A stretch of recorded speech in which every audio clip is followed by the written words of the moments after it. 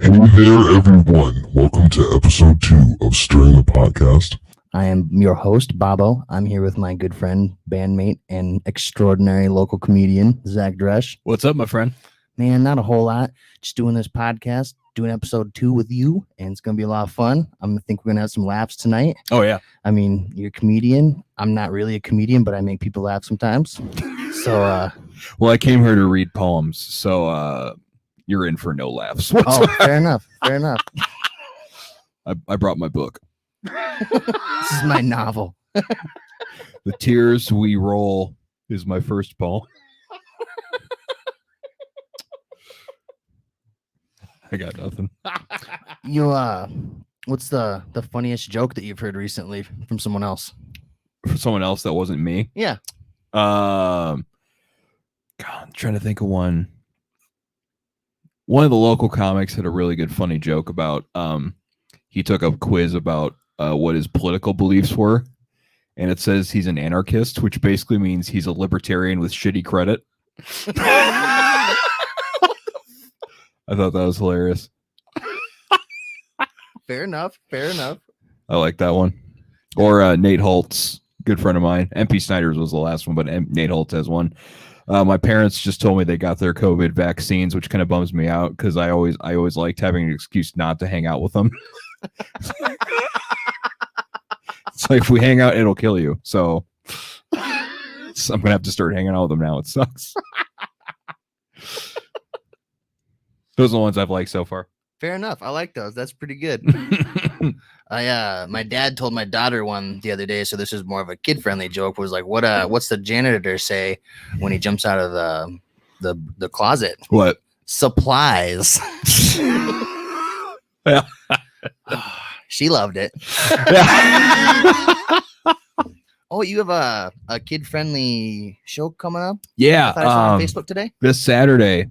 I just got added to the show. It's going to be it's like 6 or 7 comics all performing tonight. We're all doing 10-minute sets, and it's all going to be clean, family-friendly comedy. So Sure. we were kind of trying to occasionally do shows where we challenge ourselves and try and do cleaner jokes. Because when you're getting yourself booked as a comedian, it really helps to have clean material in your back pocket. Because that way, if a booker asks you to do clean stuff, then you've got it ready to go. Totally. So I've had a lot of practice doing clean sets. So even though I just headlined last week and they're like, hey, Zach's one of the guys that can do clean. So let's have him be on this. So, I mean, I was just like, hey, I'll do it if you need an extra clean comic or something. Cause Sure. I mean, fuck it. Let's do a clean show. Like the fucking Swiss Army knife of comedians. Right. Got to get before the show, just get the fucks out in the green room. There's no green room, but just get the fucks out. Fuck. All right, ready to go. F. Fornication of the Cali kind. Yeah. The rules are no swearing, no sex or drugs, jokes. Oh, sure. So it's going to be different. It's not going to be too bad. Like I'm writing some stuff this week that's cleaner. So I'm trying not to do the same stuff I did last weekend. Cause it's like, there's going to be a lot of people there that were there for last week's show. Oh, fair enough. That I don't want to have them see the same thing over again. So sure. Working on new stuff this week's a bit of a challenge to have a quick turnaround time of 1 week, but I think I can get there. I've got some stuff up my arsenal and just kind of looking up past jokes that were cleaner and saying, oh, I haven't done this one in a while. I can make this one work. Recycle. Yeah. It's economic. Yeah, totally. I'm doing a whole bit about I'm not gonna spoil it. Oh, you'll have to go to the show. But yeah, it's gonna be fun. I'm looking forward to doing that because last Saturday I did 2 shows. I talked for about 2 hours, so I'm just kind of like, oh. How was that? I saw you sold out. It was surreal. It was awesome. That's it was cool. The max capacity non-COVID wise is 250 in that big banquet hall, but safety guideline wise that we followed, it was 100 people. Sure. So we got 100 people there. Yeah, still good. And yeah. I joked I'd like to thank the CDC for selling this show out. It's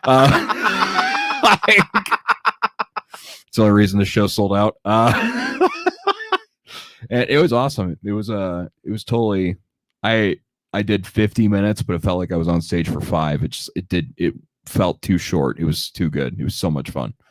So yeah, I've already booked a couple of headlining gigs later this month too. So Oh, nice. out of town stuff. I'm doing a show in Wyoming. Oh, really? Yeah, we got booked. I'm opening this one. I'm opening for Nate Holtz, but that one's gonna be fun just to get out of town and do something far away. And then gonna be in Sioux City on the 13th, doing a headlining set for a Valentine's Day kind of thing. So that'll be fun. And then Del Rapids, there's an awesome restaurant called Papa's Pub and Eatery. I'll be headlining there too. So sure. So I think once spring and summer hit, it's gonna be fucking bonkers. At least I hope so. So keeping the faith on all that. Oh, hell yeah. You got to. Yeah, for sure. And also, I don't know if I should be saying this, but Corey Church wants me to guest DJ Emo Night whenever that happens again. Oh, sure. So I'm excited for that. I'll message him. If he wants me to bleep it out, I will. All right, that's cool. I sometime last time on the first episode I did something that was kind of cool with Rob. It was like I just pre-gamed a bunch of random questions and stuff. Yeah. I thought this one would be really funny to ask you. Oh yeah, totally. Who is the whitest kid you know? Oh, William Conway. Who's that? He's one of the other comedians. We roasted him did a show for him last week. He's simultaneously the whitest and blackest guy you'll ever. He's white, but he talks like he's straight up like because they made jokes about him on stage, like, you're the blackest white guy I've ever met in my life, and he's like, all right, something like that. I'm just like, yeah, I could probably so that makes him in retrospect the whitest. You know what I mean? Fair enough. I like that. When I thought about that joke, I was thinking about Timmy Williams' show, and I was like, oh, Zach, this will make him laugh a little bit, even if it's on the inside. Right. Although, if you want to look at it from a perspective of the person from Whitest Kids you know, I know the most, Timmy. I don't know the rest of them, but he literally is pretty white. Yeah, very white. Yeah. Super nice guy. We once had a very in-depth conversation about Rush, so he's very white. Oh, sure. I met him. He did a stand-up set at a show that Some People's Kids did a long time ago. It was at that place was like, it's had a bunch of different names. I think it was called Mr. D's Bar at the time. Oh, okay. I think we played with like the Odd Life and I forget. This was years ago, but that was really cool. I thought he was really funny. He had several jokes that made me cheese out, none of which I'll repeat here. Oh, yeah. One of the nicest guys, too. Like, straight up. Like, talk about anything. Crazy that he's from South Dakota. Like, anybody can be from anywhere, obviously, but, you know, like, I remember watching The Whitest Kids, you know, like, I think it was on Fuse or something like that. Yeah, back in the day. Yeah.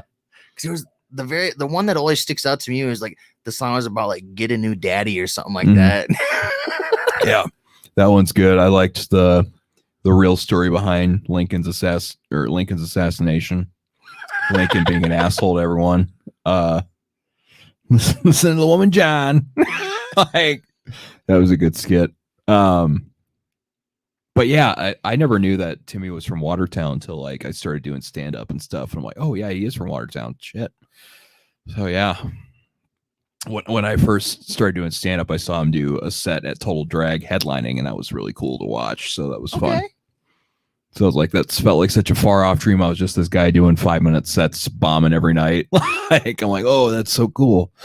And just had to keep working at it. And so it was just like, yeah, it's always cool to see him for sure. I like that. Let's talk about Dave for a second. I saw recently Dave Chappelle got COVID.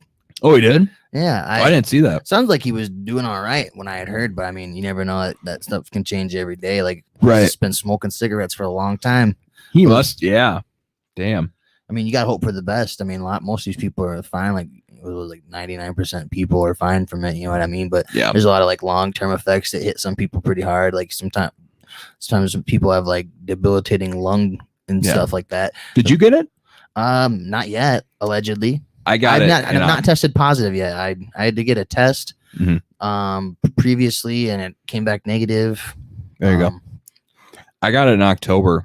And I didn't feel awful, but it had effects that weren't necessarily obvious. Sure. I was exhausted for about a month and a half. Sure. And working at Hy-Vee at the time, it was exhausting because I was as soon like I had a 10-day leeway where I had to quarantine. Excuse me. And then as soon as I was out off that 10-day mark, my boss was like, when can you work? Like, and they scheduled me 7 fucking days in a row. Oh, geez. And I thankfully switched for one of them. So it was like 4 and a day off and 3. Oh, but sure. still like 7 days in a row. And I was exhausted and having mental breakdowns. It's also it has a big effect on your mental health too. Yeah, I was seeing something I saw was that some of the COVID patients post had like pictures done of their brain where it was saying like some of these people had aged like mentally like 10 years in a short amount of time. Yeah, I don't know if I felt that. It was just more of like I was just exhausted and stressed out for a couple months there. Sure. Just having periods where I'm really good and then days where I'm really bad. Oh yeah. I think I'm in the free and clear for the most part, but I lost my taste and smell, and my taste and smell have not been the same since. Like my smell is not strong. Like on everything? A lot of things, yeah. Sure. Certain things I can smell, and then certain things I just can't. But it's been an interesting process. So it's like I wonder if once I get the vaccine, as soon as they shoot me in the arm with the needle, that my smell and taste are going to come back stronger. I wonder if that's what's going to happen. I'm curious, or at least if it comes back, because I've heard like I started taking vitamin D stuff more, like Sure. fish oil caps or tablets, Like omega-3 type stuff. Yeah, that kind of stuff. Yeah. That helped. I was eating tuna, even though I hate tuna. My girlfriend's like, you should really have some tuna. I'm like, I don't want tuna. And she goes, well, you can't taste it because you can't taste or smell anything right now. I'm like, all right, fine. And so that helps speed up the process. So I think if I just keep taking vitamin D stuff, that'll help speed Zinc it up. is supposed to help too. I mean, there's a lot of things that could help with like your natural immunities and stuff. Yeah. Yeah. I mean, everyone gets a little bit weird when you start talking about some of that natural immunities and stuff. And it's like, well, why not? Yeah. I mean, if it helps with other things, there's no reason it couldn't help with any other type Right. of disease or illness you could get. Yeah, for sure. I mean, if it's meant to boost the immune system or whatever, I mean, it seems plausible to me. Yeah. I'm not a doctor or a scientist or anything. I don't claim to be. I just Nor do I have any aspirations to be one. Yeah. Good on them for, especially Dr. Fauci. Holy shit. Or Fauci. Oh, sure. That dude's pretty old, man. Mhm. Some of these old people, you keep hearing about all these old people getting, it's like, well, kind of crazy. Like, Yeah. you just never know who it's gonna get. Yeah, you just never know, but seems like 95% of the population has gotten it at this point. Like whoever hasn't has literally been Rip Van Winkling it, like straight up not leaving their house ever, like Oh, sure. at all. Like, Well, there's a lot of people too that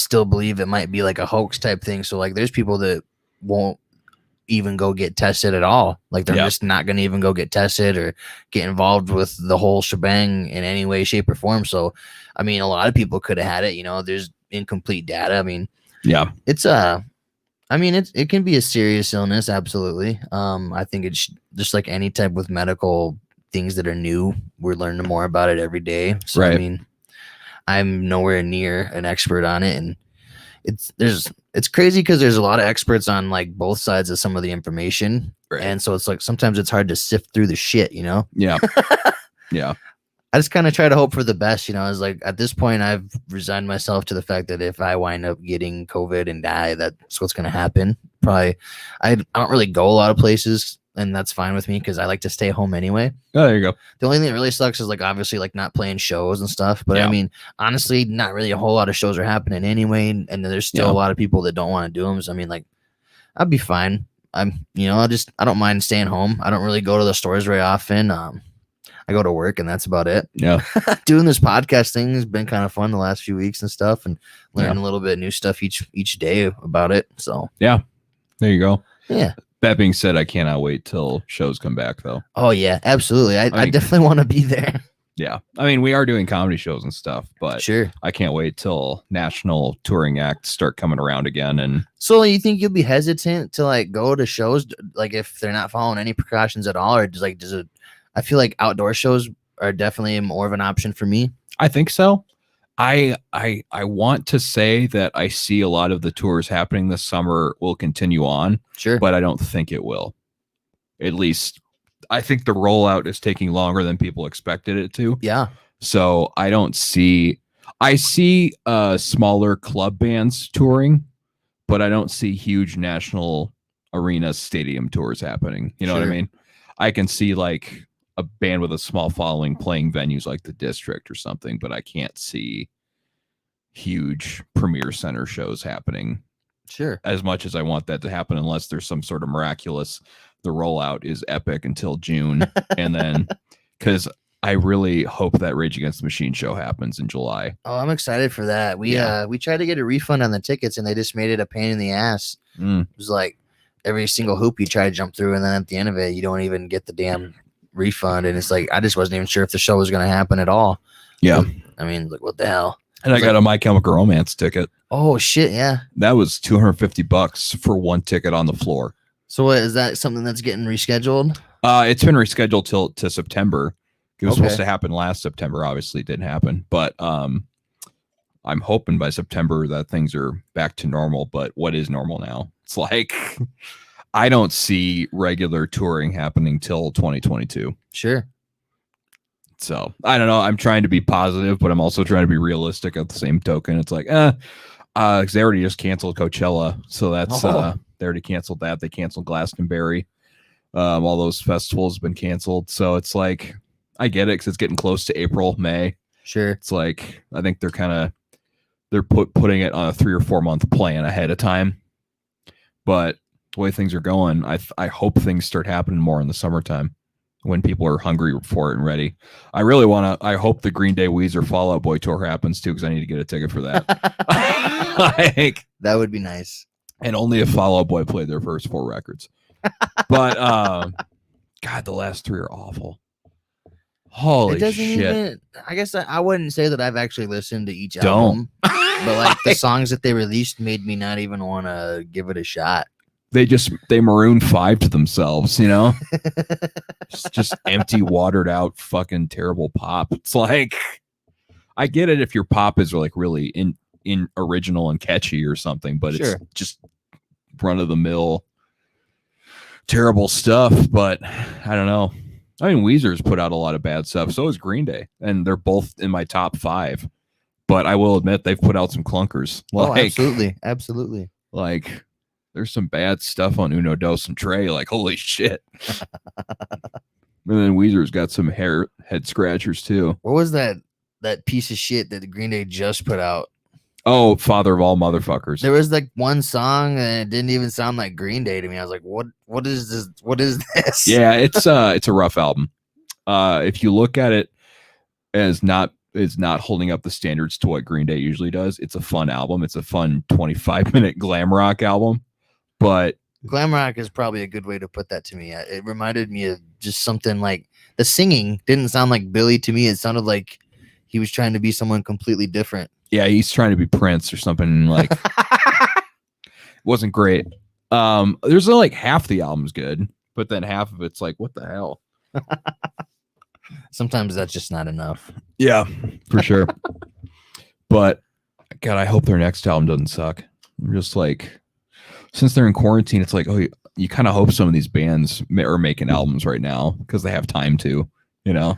I know a lot of bands are making albums. Like, so just as a random one, but Senses Fail, they've just recorded like a double disc or something like that during like this whole quarantine thing, and songs are going to be released periodically, or I don't know. They've been kind of cryptic on how they're going to do things. There you go.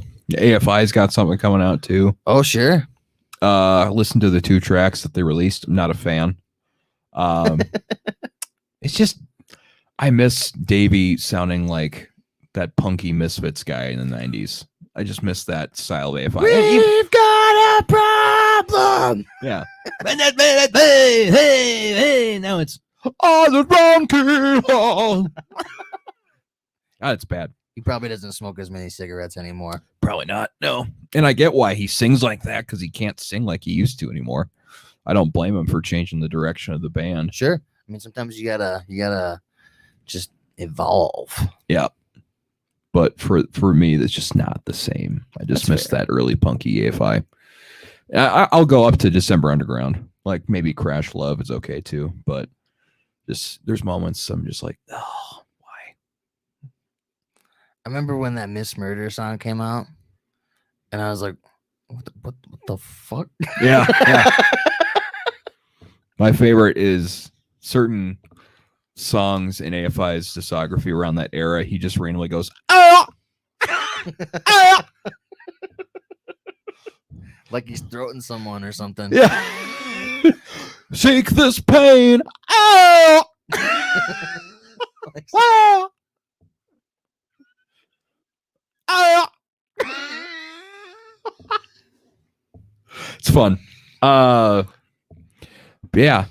Weezer's new album is really good, actually. It's different, but it's really What's good. it called? Okay Human. Okay, I haven't heard that. It's like it's Weezer, but a 38-piece orchestra is playing, backing them up, and the songs are super good. Is the rock element still there, or is it all orchestra music? It's rockish, but it's like Beatles rock, like the psychedelic Beatles kind of stuff. You know, where it was rock, but real it was full sound. Yeah, it was rock, but orchestra was keeping it steamrolled and stuff. So it's cool. It's not like classical, but it's got classical elements. It's like Baroque pop, like Sgt. Pepper kind of style stuff. Okay.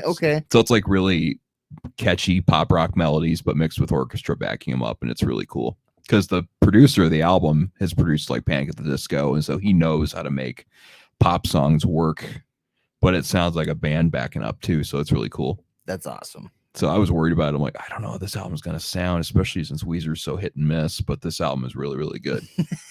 So, well, the last song that I remember hearing from them, I think it was called like, God, what was it? Something about the game or something like that. And it sounded like Van Halen or something. End of the Game. That song's great. That was a really cool song. That album comes out in May. Oh, that album. They're putting two albums out this year. Van Weezer got delayed because they wanted to tour to back up that album on the Green Day Fall Out Boy tour. Because they're like, if we're going on a major tour like that, we got to put out a stadium rock album. So that was supposed to be the Van Halen tribute kind of thing. Sure. So that album comes out this summer because that's when they're going to tour again, hopefully. So they put out this introspective orchestra one during winter, which makes sense, and then put out the stadium rock bangers for the summer, which makes sense. So I'm excited for that one because it's going to be all guitar tapping and like catchy power pop stuff. I'm like, okay, the that's taps gonna be were cool. so cool. Yeah. I mean, Rivers is a pretty talented fucker. He's an incredible guitarist. Like, he does not get a lot of credit, but like, is he related to that dude, the Andrew Cuomo? I doubt it. I don't see that. Maybe long distance, but maybe that's probably racist. That was racist, wasn't it? No, that was like one of those things where I was like, you guys really are all related. Yeah, like from Sunny. Well, I mean, yeah, my sister. You mean? I mean, my sister. I actually just saw an episode of Sunny the other day. It was on one of the newer seasons, and it was one of the funniest things I ever saw. It was called "The Gang Solves the Climate Crisis." Oh yeah, that one's great. It was ridiculous. I love the one with the gas crisis, where they're filling up gas in trash bins and putting it in their car. I'm just another oil man, simple oil man. And like they're trying to have Charlie suck in the gas. That's so good. But no, yeah, new Weezer I'm excited for. That's gonna be awesome.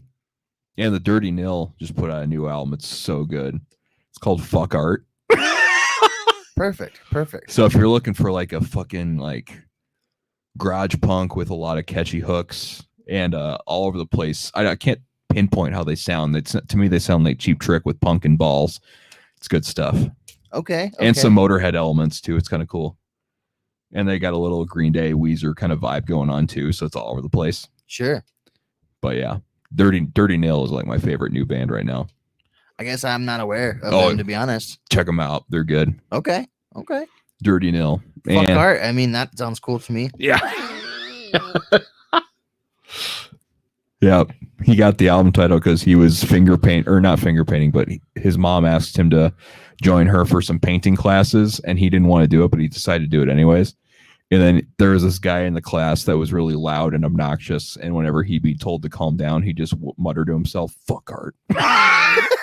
And that's how he got the idea for the album title. How spiteful. I appreciate spite. Yeah. It's a very complex emotion, and it really just makes you feel better about a shitty situation. Mm-hmm. Oh yeah, that band should be bigger than they are right now. How long have they been around? About 10 years, but they didn't really put out an official debut album until like 4 or 5 years ago. Oh, fair enough. So they were underground for like 5 years and then kind of broke out. Now they're on an indie label and kind of they've toured with like Pup and Menzingers, that kind of. I think Menzingers, maybe, and White Reaper. White Reaper's dope. Yeah, riffage, man, total riffage. Yeah, before the pandemic, I saw White Reaper and the Dirty Nil in Des Moines. God, that was awesome. Oh, nice. The last show that I remember going to is when me and you and Ross went down to see the Menzingers. Yeah, they played with that Tiger's Jaw band. Yeah, and then what was that other band? It was Culture Abuse. Yeah, because their lead singer had cerebral palsy. Yeah, right. And he was talking about like acceptance and stuff of like people with like special needs and stuff and things like that, and disabilities and of those types of varieties. And I thought that was really cool. Unfortunately, he got Me Too'd. That guy did. So the band broke up this last summer. What do you mean? Like their band called it quits because he had some allegations of abuse against him. Oh. And so he had confessed to him, and then they broke up as a result. Oh, wow. And I'm like, damn, these songs were really good. And it sucks because you have a guy like that was always talking about being inclusive, and then they turn out to do that kind of stuff too. And it's just like, damn it. That sucks. It's kind of like Brand New. Like, I miss that band so much, but like it's almost like it doesn't feel good liking it. It doesn't feel good listening to it. You know, I still love the music, but it's like I can't, like, inside I'm like, I know this is not right. Like I just think about those things and it's like, that really sucks. But like I also think about all the good things. Like sometimes it's easier than others for me to separate the artist. Yeah. But there are obviously certain ones like I can't listen to R. Kelly anymore.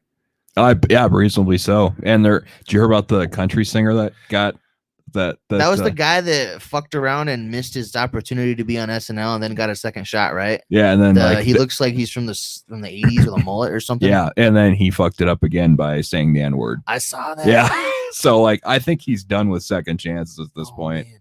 But I think that was like his third chance because apparently he got arrested or something. I actually didn't read what he got arrested for, but they were saying he got in a fight at a bar or something like that. Oh, really? Something like that. I can't remember.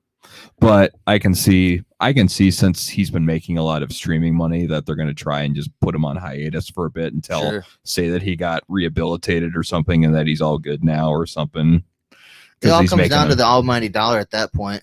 For that guy, yeah. If it was like a regular alternative rock band, that band would be canceled right away. Oh, yeah. But with him, since he's making him money, they're just going to put him on hiatus for also, his genre is a little more accepting of those types of things. Yeah. Like, I apparently, like, on CMT, or like 90% of the people commenting were in support of him.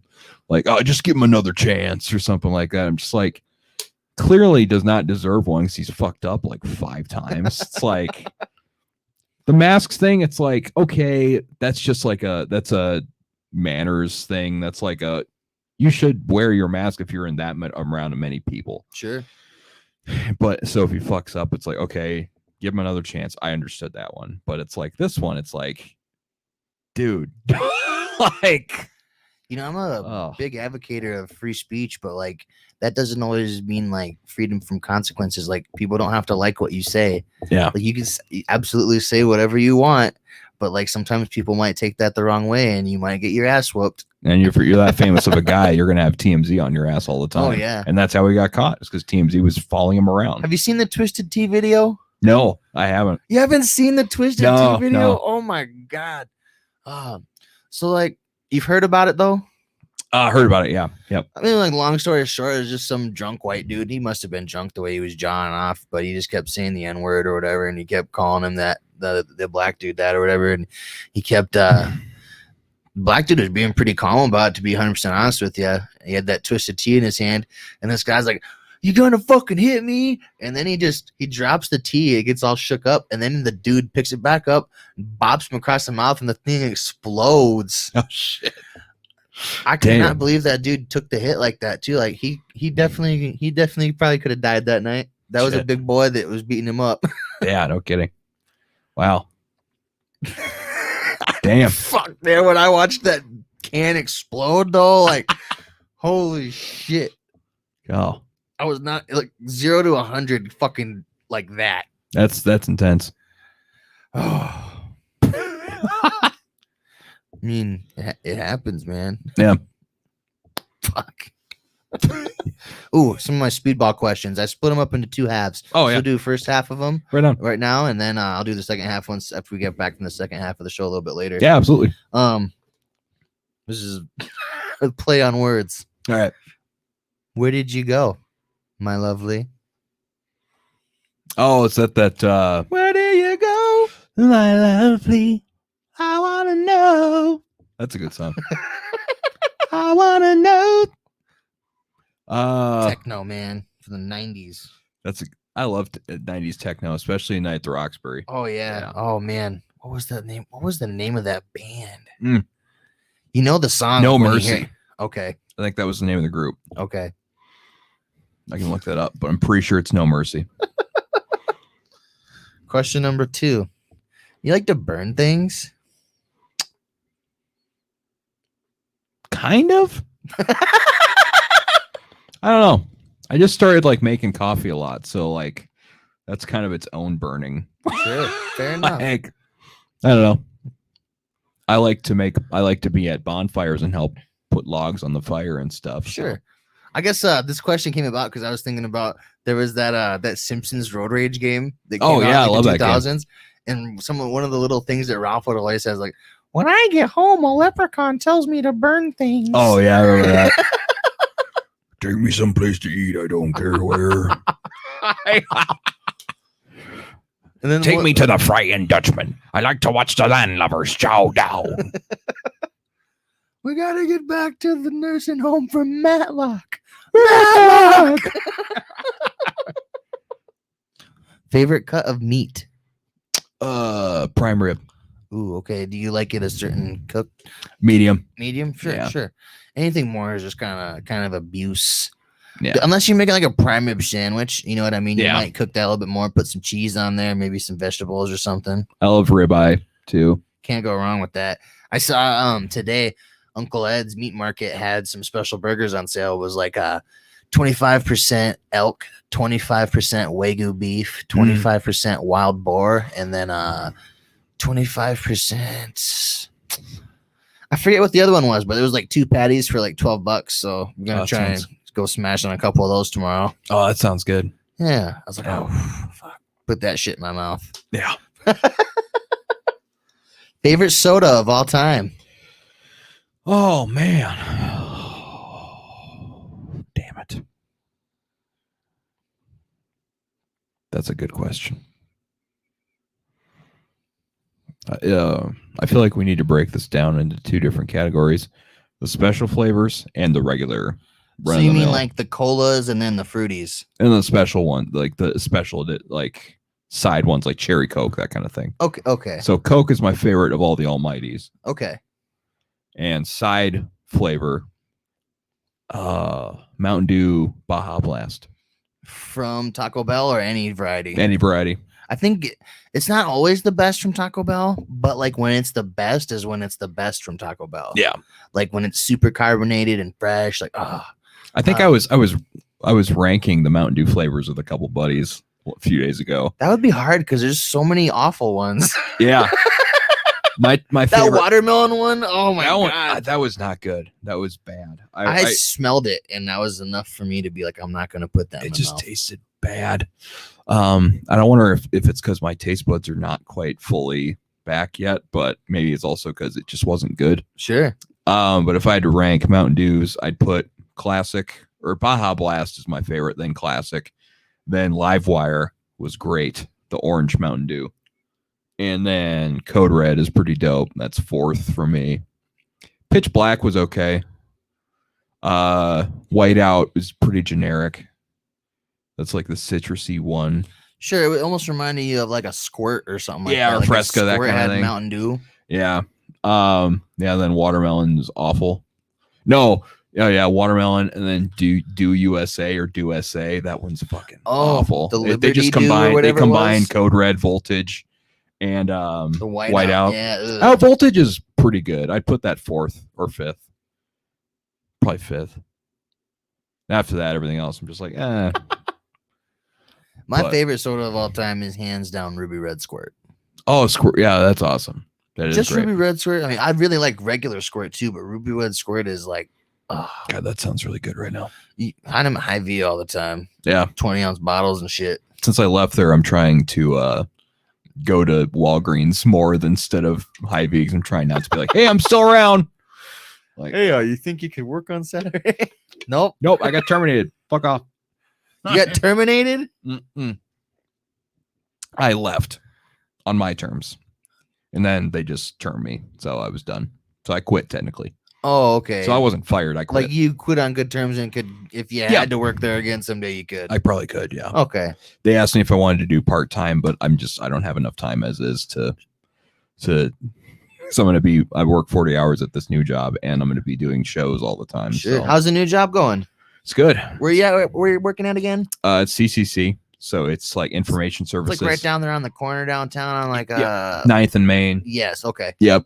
We take data from claims and photos and videos of cars and help provide them to insurance adjusters, that Sure. kind of thing. So it's a lot of stuff to retain. Like, I'm still overwhelmed, but it's been a month and it's a lot to retain, but it's been good. So Everyone working with you pretty good though. oh yeah, they're always willing to help me. That's Absolutely. cool. So yeah, I'm not on my feet anymore, so that's really good. I work from home. Oh yeah, you got plantar fasciitis just like me. Yeah. How's that? How you been lately on that? It's not as bad. Like, it doesn't hurt as much anymore. Like, mainly because I've been sitting down most of the time. Sure. The most I stand is when I'm doing stand up. Fair enough. So it's like, it feels really good. So I think it's healing That's gradually. good. Yeah. Sometimes like you can go a long time without having any problems. You can go a long time with having problems. Yeah. I've been on a pretty good run lately. There you go. Knock on wood. Yeah. It's the only wood that was close. So there you go. But yeah, it's been good so far. I'm hoping it continues to heal. So, sure. So yeah. Very cool. I actually need a very in-depth answer for this question. Sure. What's a blumpkin? Oh, isn't that thing where you get a blowjob while you're taking a shit? Yes. That's what it is, right? Yes. Yeah, that's what I thought. There was this video.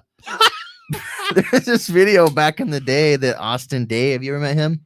Yeah, I've met him a couple times. Yeah. Sure. Well, he was a drummer for the band that I was in, a pop punk band back in the day called Auto Blame. And one of the very first times I went over to his house, he showed me this video, and it was like this 20-year-old dude and his girlfriend or whatever, and they were talking to his grandma, and she was like, "What's a blumpkin?" And they didn't want to tell her. Everyone's kind of laughing a little bit, and then eventually she's like, "No, what's a blumpkin?" And then they whispered in her ear like what it was, and she's like, "Oh, that's bad." I've tried to find that video like numerous times on YouTube and like lots of other places since then, and I haven't been able to find it even one time. Probably one of those things that was lost to MySpace, you know? Oh yeah, we used to play a drumline song in high school marching band called Country Bumpkin, and we always called it Country Blumpkin. And so every time we played it, we just thought of people getting blowjobs while taking shits. Both equally awesome things. Yeah. Have you ever gotten a blumpkin? No. Me either. I feel like it would be pretty awesome, but obviously the person giving it to you is probably not going to be that into it because there's poop. I'd be conflicted, and I'm sure they would be too. If it happened, I wouldn't stop it. Sure. Yeah. It's like, oh, that feels good. I mean, if it feels good, do it, right? As long as it's like consensual, obviously, it's very important. Yeah. I would feel bad for all the smells that I supplied. Well, what if like you just eat some nuts and fruits and berries and very things that are good for you, you know? So like maybe what comes out of there isn't that bad. Oh, it'd find a way to be bad. Yeah. I would. This is going to be TMI, but my farts have smelled so weird since I got COVID. It's Did not you get your pleasant. butt swab test yet? No.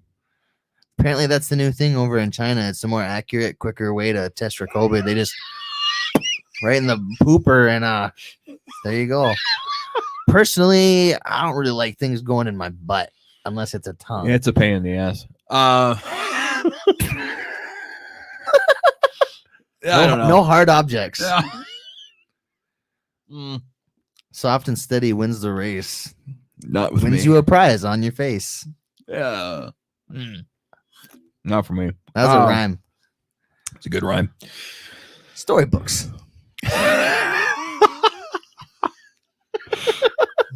Oh, What are you excited for in 2021? for concerts to come back, to keep headlining shows, keep performing, stretching my wings, doing more stuff, and that's kind of what I'm most excited for. Things to hopefully get back to more of a normal pace than last year. Sure.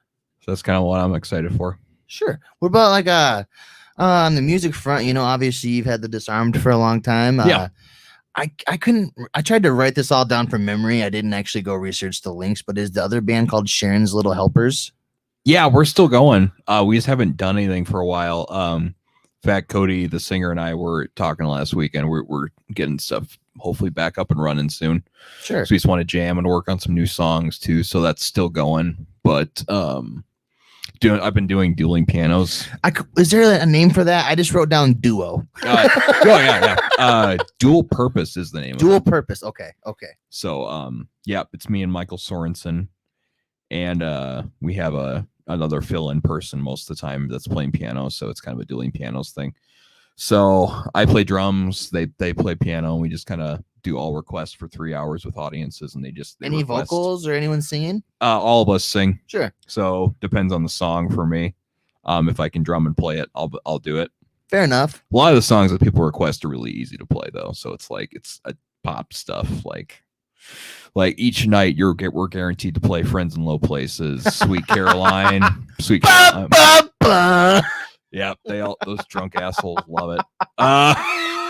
Funny story about Sweet Caroline. I used to work at this restaurant, and my best friend Nolan worked there too. But he was like working with this dude's name was Wayne, and he was just this real big dude, and this typical guy that was like pissed off like about life and stuff, and where things were going, and real nice guy, I thought, but you know, he's just angry about. You know, a lot of people work in kitchen jobs hate kitchen jobs. Most people don't really want to be there, even though like there's a ton of people that have a lot of love for cooking, myself included. Yeah. Anyway, but so like they were cleaning up for the night, and it'd been a real shitty night, and this guy had a bad attitude, and I guess Nolan was playing some music, and then Sweet Caroline came on, and I guess this guy just got the biggest pep in his step and was just laughing and giggling like a little schoolgirl, and I was like, that's good. That's what that song's supposed to do. Yeah, I could see that. That makes sense. I mean, it's a fun one to play because the audience loves it. So that's one of those. But yeah, we do that. I'm in we're doing a new variety hour podcast called the Midtown Coffee Radio Hour. Oh, sure.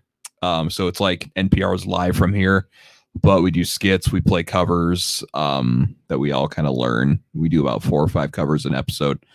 And then we do skits, and we have like comedians do stuff, and it's a lot of fun. Yeah, we do rehearse like 3 nights a month, and then just record it the 3rd night and then release it. So it's pretty simple. Sure. And Improv Falls is still around. We're not doing shows until things get a little more normalized, but we're staying active. Sure. And Disarmed is like the main, as far as musically, is my main focus right now, because we just got a new guitarist a year ago, and he's been great, really vibing with us. Who's that? Morgan Harris. I don't know if you know Morgan. Maybe I've met. There's a lot of people I know by the face. Oh, sure. You probably know more. I don't know. I can't remember what bands he's been in, but he's a great guitarist. Does a lot of backup vocals and stuff. Comes to practice. Oh, yep. Every that's all practice, you really need. You need someone that's going to come to work. Always there. It's a job at the end of the day. Plays great. Vibes with Bobby Awesome guitar wise, so nice. And vocally and everything. So we started recording at my dad's basement. Oh. So he found a way to get electronic drums mixed with authentic drums, so it sounds legit. Oh, did you make like a hybrid? Hybrid. Or it's like I'll put my actual hi-hat there because that sounds better than the electronic hi-hat. Right. So like the aspects of the drum kit that you can't fake or that sound real fake, we just don't use. So like the kick drum we keep from the electronic kit, and the cymbals sound realistic too. So if you listen to it and I hadn't told you that it was mostly an electronic kit, you probably wouldn't have been able to tell because it sounds so fresh and good. So You don't use any double kick in your work, do you? Not for me. Nah, I've tried it, but I just need if I ever wanted to do it, I just have to really practice. But I feel like that adds a little bit of a difficulty for people when they try and use that double kick on electrics. Yeah. Like a lot of times it'll be like metal bands that try to use those electric kits, sometimes. And it just, I've always felt like that double kick patterns don't translate.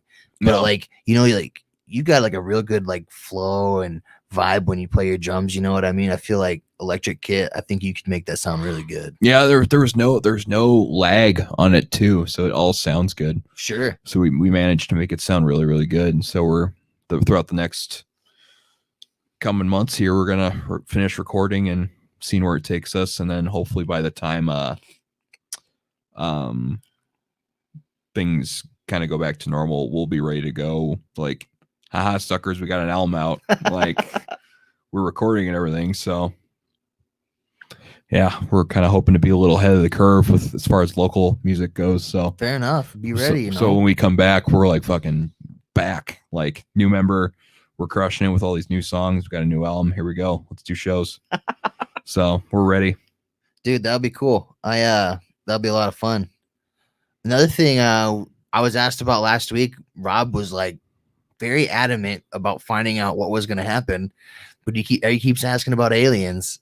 And I was telling him, I was like, we're all open to doing things, but like obviously Kyle moving away kind of put a damper on things, you know, because he was a very big part of playing the gist of all the guitar riffs, like I really did more secondary guitar on just some of the songs, and obviously Dylan's engaged now too, so I don't know if that really plays into like, there's a lot of planning that goes into that, so I imagine he's probably a little bit busy, but I know even not playing shows, I know I'm always down to jam if it works out. Yeah, absolutely. It'd be fun. I think we can make a trio work. Yeah, absolutely. Yeah. It really just comes down to doing it. But then I remember the last time we were kind of seriously talking about it after Kyle left, then COVID started hitting, and obviously that kind of killed it for us. Like we weren't really we kind of catered to a niche, if you will.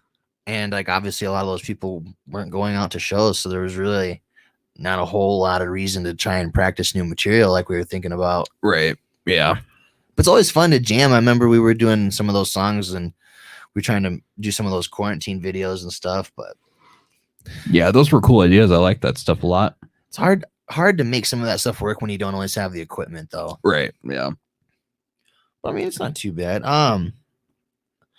Is there anything else that you wanted to talk about music or comedy wise for that first half? I think that's all I have for now, at least for this first half. So sure. Devin, if you want to play the first song for the break, the Disarmed.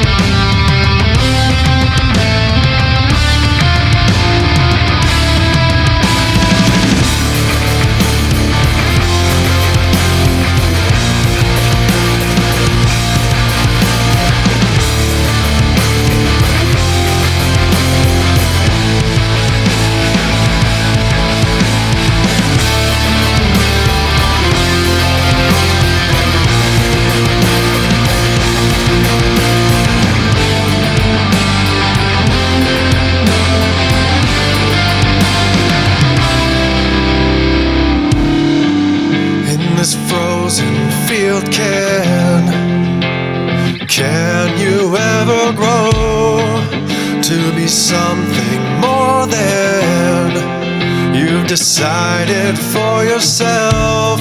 Why aren't you trying? Please just let me know. Rise from these lies you never seem to forget or let go. Shattered memories, all the pieces fall beneath the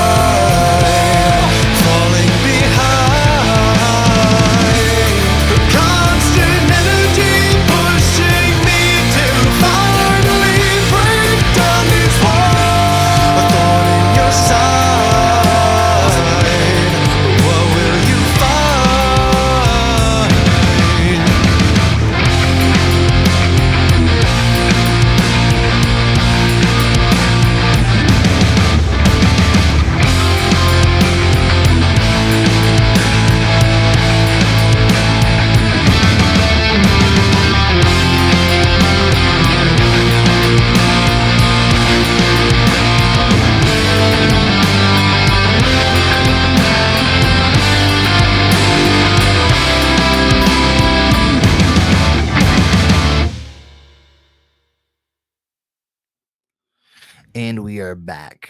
Hopefully, you guys enjoyed that little song. It was Zach's band, The Disarmed. The song was called Sunblind Eyes. Sunblind Eyes. It'll be one of their next. Well, it's already released, but it's going to be on the next release that they do, you said? Yep. That was the last song we recorded at the regular Cat House at the studio, in the regular studio. Okay. We recorded about November 2019, and Okay. we released it. We put it on hold because we were going to work on the rest of the album, and then the studio shut down. Then COVID happened, so we're like, how about we just release this in the time being while people are kind of not doing anything? It's like, oh, people will give it a listen if they're hunkered down, not doing anything in the middle of spring. So Hell yeah. so we put that out, and we've written about 10 or so tunes. Do you remember that fucking I'm sorry to interject, but Oh, you're good. there was on that Newfound Glory album. It was one of the hidden tracks at the end. It was talking about like, we go rutting in the ocean, we go rutting in the sea, rutting in the sea. It's like, if you ever find it, is on. I think it was on. Was Catalyst the name of the album? I think Catalyst was the one that had like for sure had a hidden track. And Yeah. I think Sticks and Stones had one too. I can't remember though. Back when hidden tracks were a thing. Dude, I miss those days. I miss when all my favorite pop punk bands, I enjoyed them. Yeah. Like, there's just some bands that have aged very poorly for me. Like a lot of Newfound Glory stuff. Yeah. Taking Back Sunday, I find, is the one that's aged the most poorly for me. Like, I don't even want to listen to any of the songs in my playlist. Yeah. I don't come back to their stuff as much as I used to. I used to love them in late high school, early college. And that's the stuff I don't listen to as much anymore. I don't know why. I've seen them like 4 times. Oh, really? I saw them in Des Moines when John Nolan and Sean Cooper reunited with the band. The Tell All Your Friends lineup reunited like 10 years ago. Okay. So I saw them in Des Moines. And then I saw them at Warped Tour the next summer after that. And that was pretty cool. And then I saw them here in Sioux Falls in 2014 with Frank Iero of My Chem opening. Oh, sure. And the Used co-headlining with Take Back Sunday. What a crazy show. Yeah, that was a nuts show. That was fun. But I think Take Back Sunday should have been the closer, but the Used was the closer, and half the audience left when Take Back Sunday left the stage. It's weird because, like, maybe if this was like, mid 2000s, the Used might be a good headliner because they like blew up really, really quick, and then there was just like nothing. I think the Used had more radio hits than Take Back Sunday did. Oh, definitely. They were more of like radio friendly because like Taking Back Sunday was more of like a pop punk band. Yeah, they had more of a at least at first. Yeah. Take Back Sunday, to my knowledge, only has one obvious large hit, and that's Make Damn Sure. And I guess Cute Without the E was more of an emo following, but it wasn't a radio hit kind of a song. They had a lot of emo following hits, but they didn't have radio hits. The number one song that I think of when I think about Taking Back Sunday is that Liar song. Oh yeah, I like that song a lot. Got 26 Liar. days to work with. Got 26 days. Then I saw them. I went to Riot Fest 3 or 4 years ago, and I saw them play at the Bottom Lounge in Chicago, which is a 200 cap room. Okay. And so I saw Take Back Sunday in a small club. That was cool. That would be cool. More intimate show or something like that. Yeah, they played like a lot of deeper cuts during that show, so it was fun to watch. And so yeah, that was cool. During that Riot Fest weekend, I saw so many bands that I got to knock off my bucket list. It was awesome. I got to knock off Menzingers for the first time, seeing them live. Hot Water Music, Say Anything. I had seen Say Anything before, but that Say Anything was pretty much only playing Is a Real Boy shit, which was awesome. And Jawbreaker, crossed them off the list. Dinosaur Jr., Prophets of Rage. So it was like Rage Against the Machine minus Zach De La Was Rocha. the Cypress Hill dudes or Yep, something? yep. Yeah. And Chuck D from Public Enemy. Oh yeah. So that was cool. And what else? Who else did I see? I saw 9 Inch Nails, New Order. How does Nine Inch Nails perform? Like, is there like a whole group of people on stage, Yep. or is it? He has a full backup band. Okay, I didn't know if everything was just programmed and then just Trent Reznor just kind of hops along stage or something. No, the drummer plays for Angels and Airwaves, and Elon Rubin. Elon's a fucking beast. The drummer for Nine Inch Nails is the drummer for AVA. Yeah. What the fuck? Yeah.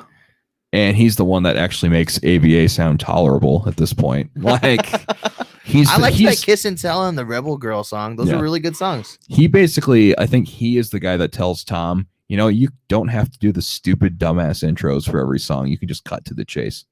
So Tom's like, you're right. I'm sorry. Like, is he right though? You got it. I feel like a lot of those intros are really cool, but I guess maybe he is right because you don't have to do it every time. But in my opinion, the only time the long intro worked was The Adventure. That was a pretty good fucking song. Yeah, but it got overplayed though on the radio. Yeah, I still dig the shit out of it though. Like the dynamics of the delay and stuff on the guitar is just so cool to me. It's like very unique. And I remember watching that Pursuit of Tone episode that he did where he was kind of like showing how that whole riff came about. And I was like, wow, that was cool. Do you ever think Tom's going to rejoin Blink? I actually someone was just talking about this with me the other day. I think that that Tom will come back. And I think that they'll play a lineup with all four of them. I think that would happen. Yeah. I really do, because Matt Skiba was always talking about how close him and Tom used to be before any of this. Like, he was like friends with all those guys before any of this shit ever happened. So like, it was like a good idea for them to pick him. A lot of people don't like him, and like, you don't have to like all the music, but like to say that like these songs don't have the elements all those guys in it kind of bothers me. You know what I would do if I were them? If they really wanted to do a 4-piece, like tour occasionally as the four of them, and then like cycle if they ever felt like it, or if like Skibo wanted to just focus on Alkaline Trio, he could do that, and then just have Tom in the trio, and then just kind of if there's a tour that Tom wants to take some time off, just have Matt just keep in. Sure. Just cycle it around, because I think that'd be kind of cool, because it's you see every incarnation of it possible. I'd also love some new Alkaline Trio. Yeah. Yeah. Matt says he's working on both new Blink and Alkaline Trio stuff. So, well, someone was it just like a couple weeks ago, someone was talking to Travis Barker on Instagram or something, and they asked him if there was a new Blink album coming in 2021, and he just said yes. Yeah. What do you think of the Machine Gun Kelly album? What do you think? I'll tell you mine after my opinion's not going to change, but I like the intent behind it, and I like the energy behind it. The songs could be better. Absolutely. But the riffs are good. The riffs are good, right? However, and guitars. Machine Gun Kelly needs to learn to sing. He only has like 3 or 4 notes in his back pocket, like "Say goodbye." Goodbye. You know what I really, really like about MGK doing pop punk though? He looks like he's having more fun doing that than anybody else has in the past 20 years. Doing pop punk, especially, yeah. Like, he just looks like he's having such a great time doing it. And it makes me happy to see someone trying to shed some light on a basically dead genre. Yeah. I think it's cool that he's doing that. And that's why I like it. I know a lot of critics fucking hated it. Oh, dude, they're just bombing it. Awful. Yeah. But the general consensus, a lot of my friends have been playing that album constantly. They love it. Because they just like the mix of like hip hop with the pop punk, but it doesn't seem too forced. I would say half of it seems forced, half of it doesn't. Sure. Certain tracks I really like more than others. He was just on SNL this weekend, and he played the songs on the album I don't like, so that's great. I would have rather him play like the first song on the album and then Concerts for Aliens, or that kind of thing. But instead he played like My Ex's Best Friend, which is a dumb, stupid song that somehow is a top 40 hit. Of course, it's the dumb one that's the top 40 hit. There's a formula. Yeah. There's 4 notes in that song that just resonate with people in a certain way. Yeah. I would have rather him played Bloody Valentine. I like that song. That was the one that Megan Fox was in the video? Yep. Man, Megan Fox is super hot, but she's got those crackhead spoon thumbs. You know what I'm saying? No offense, you know what I mean? Like, but every time I see those spoons, it reminds me of my friend Jake Ellis. Like, he just had these weird fucked up, like wide ass thumbs. We made fun of him for it all the time. And now he's like the most successful out of like almost all my friends. Props to him though. Yeah. You can have weird thumbs and do good things. He works for like a tower company actually. So like, I mean, that's a good job. That's providing a good service and There you go. dangerous as fuck. Yeah. I will say, I did like the album a lot. I like the singer Youngblood that Machine Gun Kelly collaborates with. Guy. He had that California song. Yeah. I think Travis Barker produced some of his songs or something. I think so. Yeah. Youngblood just put out a new album a couple months ago. It's really good. Oh, sure. It's got a lot of like each song sounds totally different than the next, and there's a lot of really good stuff on it. Okay. It's high replay factor too. So it's like, and he plays guitar himself. So it's like, it's cool. It's actually a pop star that can play their own instrument. They can play. Yeah. Not like Lil Wayne pretending. Yeah. No kidding. Youngblood's really good. I really liked All Time Low's new album last year. That was really good. That was kind of one of those like, this is a pop punk band doing it right. Like they're looking forward, but not like pandering to the back end of their catalog, but still keeping the spirit. Sure. So like worked really well. Spanish Love Songs. You heard that band? That's the name of a band? Yeah. Okay. They had their album last year was my album of the year last year. What kind of music is that? Pop punk. Okay. Emo-ish. They sound like the Menzingers a little bit. Okay. The singer has a strong Menzingers vibe to him. So like kind of raspy, but real powerful raspy, and nice. but kind of it's got like a we're a working class pop punk band kind of thing, you know, Sure. like, but the whole album is about struggling with life financially and all this stuff. And it's like couldn't have come out at a better time. It came out in February, right before the pandemic. Oh, geez. And so that album is called Brave Faces, everyone. It's so good. There's a reason it's my album of the year last year. 'Cause it's just songs are catchy, lyrics are they resonate pretty hard. It's like, Okay. it's all really good. That band is one to look out for too. Spanish Love Songs. Yeah. That album was really good. Well, you heard it here, folks. Spanish Love Songs. Check them out. Yeah. Random topic. We live in South Dakota. So Yeah. This is a topic that's on a majority of the voters in South Dakota's mind. How do you feel about Amendment A? I hope it passes through. So like obviously like the passed and like got voted on and stuff, but like the governor is obviously trying to overturn the will of the people. Yeah. Using the money of the taxpayers of South Dakota to fight the will of the taxpayers. I mean, it seems kind of counterproductive to me, but like even if you don't personally agree with the use of marijuana, like if you agree with freedom, you should agree with people's choice to make those decisions on their own. Yeah. It's way less dangerous than alcohol. So I don't see why she's so against it being passed. You know what I mean? I kind of came up with this theory just this week. I think she realizes that there's not really much that can be done, but if she appears strong on this and tries to pretend like she's going to do something about it to the people in South Dakota that don't want it to pass, which they are obviously a heavy minority at this point. Yeah. Maybe that will look better for her voting chances in the next election. Yeah, man. I don't know. I think she's trying to pander too hard to her own party when it's like, I don't know. She's trying to like keep strong that Republican nominee kind of thing. And I'm just like, you know, there's that and there's common sense. I mean, like, I don't even know where I fall, you know, politically. Like, I lean more towards Democrat and liberal. But I have a buddy, Andy Swan, always says, I'm a liberal who hates liberals. Like, I like the ideology behind it, but I don't go hard about it all the time. But I do lean more towards that way. Sure. I'm just not as great about expressing it, but I still support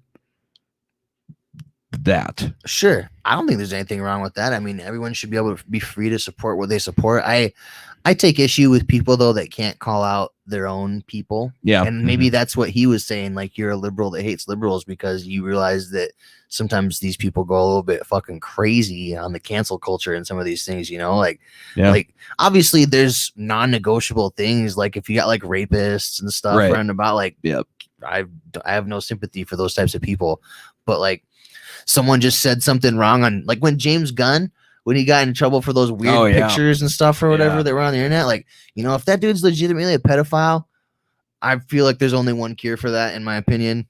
I don't need to say it on air. I think you know what it is. Yeah. But, maybe he's just a weird fucking dude that makes good movies. Yeah. There you go. On the internet, you can take you can make any post you want, and if it starts getting shared on the internet, people are going to believe it. People tend to believe the first thing that they hear on any type of subject matter, not necessarily because it's more true, but it's because it's the first thing that their brain hears, and it's just already in there. So you're more likely to recognize those types of things. Right. I mean, it's a weird thing, but yeah, it's also an issue with comedy too. It's like you say one thing and then people condemn you for it. And it's like, even if it's a joke, it's like, it's hard to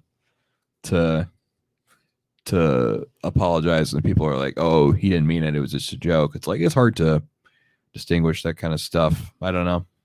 It's funny that you mentioned that. I actually had one of my cue cards I wrote down, is comedy the cure? What's okay? What's taboo? Oh, that's a good question. I think comedy has saved people from losing their minds, especially in the last year. Sure. Like, we found different ways to do it. Like, some people choose to do it in virtual comedy show ways, like online. Sure. And I've done a few. They're fun. And if people feel safe going to shows, then I think that's great too. That's what I do. As far as what's taboo now, a lot of stuff I don't feel comfortable about is like rape jokes, that kind of thing. Sure. It's just uncomfortable for me sometimes. Like, one of the comics even made a point about, why is it that rape jokes are not okay, but murder jokes are totally fine? And he said the reason why is because you don't see murder victims at comedy shows. Oh, God. It's valid. It's valid. Oh, fuck. I'm like, that's kind of true. Oh, we just lost 6 viewers. Yeah. Yeah. Not my joke, by the way. But yeah, it's MP Snyder's. I talked about him before. He's funny. He's funny. Look him up. But no, it's that kind of stuff I just don't feel comfortable talking about. I don't do politics on stage at all, or just as a rule? Just not at all. It's just not my thing. Sure. I don't think I'm well informed enough to talk about it on stage, so I just don't. I just talk about what I know best, and that's music stuff, comedy, like movie stuff, impersonations, that kind of stuff. That's what my own personal experience is. Hey, honest approach. Yeah, it's because honestly, I don't read up on politics as much as I should. But I've talked to people about this before. Like, before Trump, I didn't pay attention to politics that much, and people have said what bums me out about Trump is like he made me pay attention to politics, and that sucks. It's like you have to be more conscious about it. It's been like a personality check. It's like, okay, like all the things that's going on here are awful. Okay, we've got that covered. And so it's just like especially the last few months, it's just been such a shit show in the media. So it's like, I think finally media is starting to become boring again. Sure. So it's like, which is good. But also it's like for a long time, it was constantly like, what happened again? What happened this time? What happened now? It kind of got to a point where I was just tired of reading stupid shit. Cause like, I personally believe that Donald Trump probably did a lot of things wrong. But I also can even verifiably prove that there was a shit ton of false information that was put out about him, and like negative things that weren't necessarily true. And because of some of the things that were true that people had already put out, like a lot of people just believed them. I personally don't think people should get in trouble for things that they didn't do. I'm very much a person that thinks they should be held. Anything that he's done or legitimately done, fucking fry him. Yeah. But I think it got to a point like people already didn't trust the media, and then a lot more lies kept coming out. But obviously, like, that's from both sides in any types of politics. I mean, that's how the two-party system works. Yeah, we're all so divisive now. It's just so crazy. Well, social media, I was just talking with someone the other day about this. It puts people into their own little echo chambers. And like, so like you and I could have a hell of a conversation in person about a policy or something, and whether even if we disagreed on it fundamentally, we would still be friends at the end of it because we could have that kind of conversation. Yeah. But you get in an argument with someone on the internet, it doesn't matter whether they're your friend or your uncle, all of a sudden you're an inbred piece of shit. Yeah. Oh man, I've been around, not myself personally, but I've had friends that don't talk to each other anymore because they disagree politically, and it's just crazy. It's just like, I think it's the thing that is no longer a concept that people can get behind, is if you disagree with something, you can't be friends anymore. Right. It's just weird. It's like I have friends that like country music. I fucking hate country, but I'm not going to stop being friends with them because they like, who is it? Fucking Blake Shelton. Like, sure. Like, unless Blake Shelton did something really bad and they're right. Yeah. But I mean, you're not just going to go out and stop being friends with people because they listen to country music. Now, maybe if they dress up for Halloween more than once a month, I mean, that might be a little bit of a different problem, but yeah, we can't hate them just for liking country music. Yeah. Yeah. That's weird. I don't know. I like it though. I think comedy is super important. What you were saying, it helped a lot of people over the last year. I personally think it's a hell of a cure. I'm not a comedian, so I really don't know what's okay and what's taboo, but I always kind of felt like Dave Chappelle did it pretty good. He makes fun of everyone equally. He doesn't necessarily just like single out anyone. Like, right.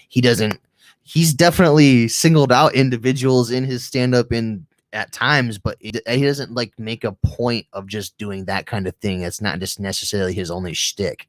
Like, he spreads it around, and I always thought that was pretty cool. Yeah. But then you like, there's like even white comedians that still tell like racial jokes. You might have like Bill Burr or Michael Rappaport or I can't remember the other guy's name that I was thinking of in my head, but maybe it'll come to me at some Anthony point. Jeselnik. Bo Burnham. Yeah. He used to say some things. Yeah. God, I remember when he was on Parks and Rec and he was that country singer and he was just a douche. Yeah. I love Michael Rappaport's video about Stay the Fuck Inside was so funny. The fucking I just like foul mouth people. I like to say bad words. I've been saying them since I was a little kid. They make me feel good. Stay the fuck inside. I'm gonna put this card at the end again because I'm gonna save the last part of the question. You got any groanies you've been working on? Yeah. Let me look up. I had some that I was in the process of putting together. What do you call a 600-pound man rolling a quarter joint? A fatty rolling a fatty. That one's the one I'm most proud of. I like it. When someone tells me they had hip surgery, I'm like, oh, cool. What the fuck? It's hip. No, I get it. Even if someone else didn't get it, I fucking got it. Why don't I like buying calculators? Because they add up. It adds up, I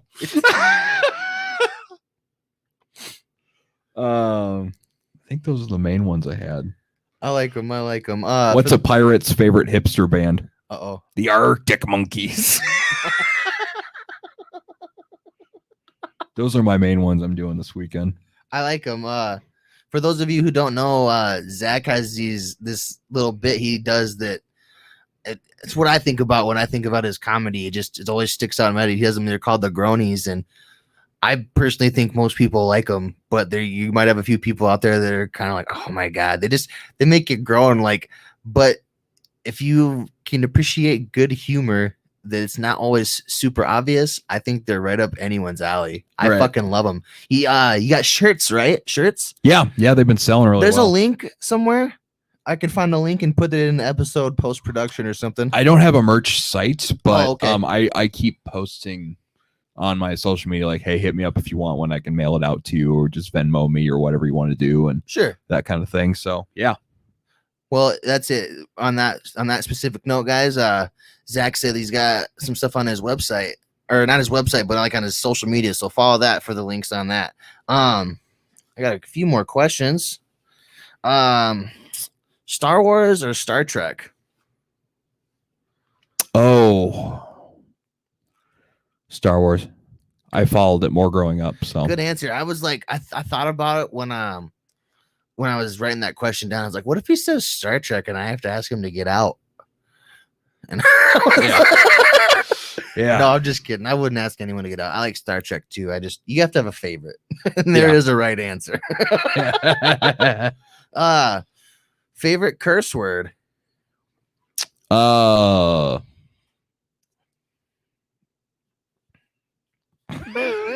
It's a good question.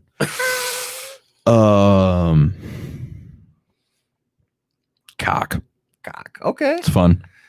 I just jump straight into the word cunt. I know it's like the fucking worst word that you can call a woman, but when you call like one of your friends that, it makes everybody laugh.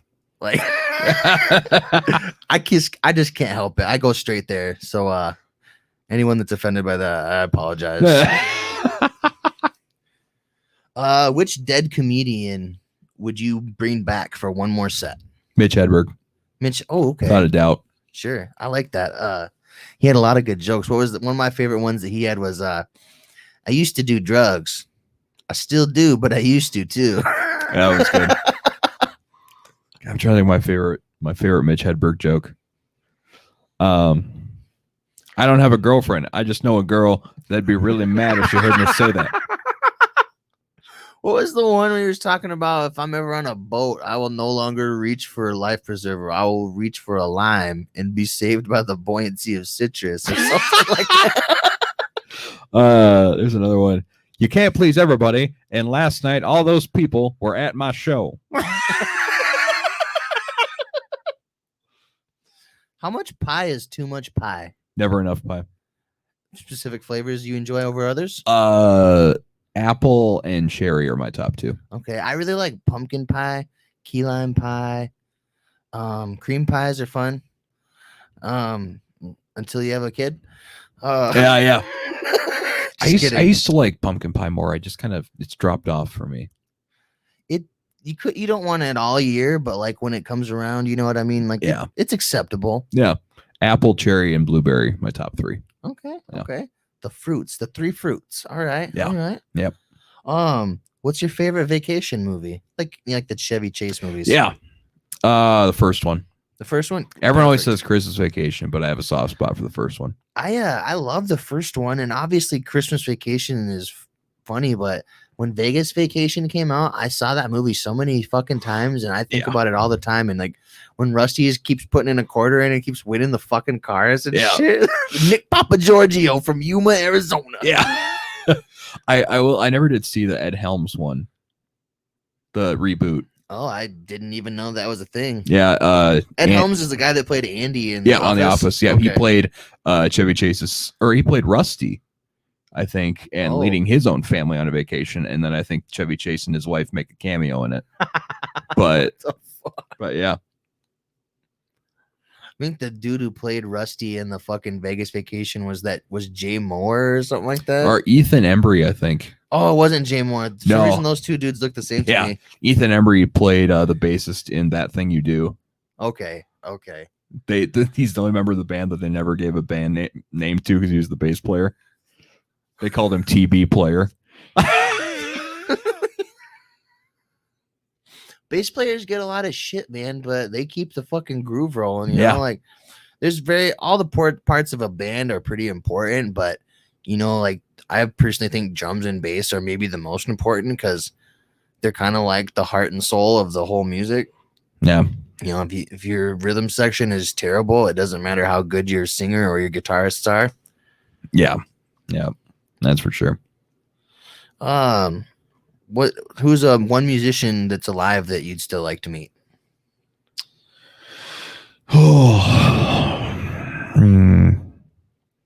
Rivers Cuomo from Weezer. Okay, that's cool. Or Billy Joe Armstrong, one of the two. What would you ask Rivers what was the first thing you would ask him?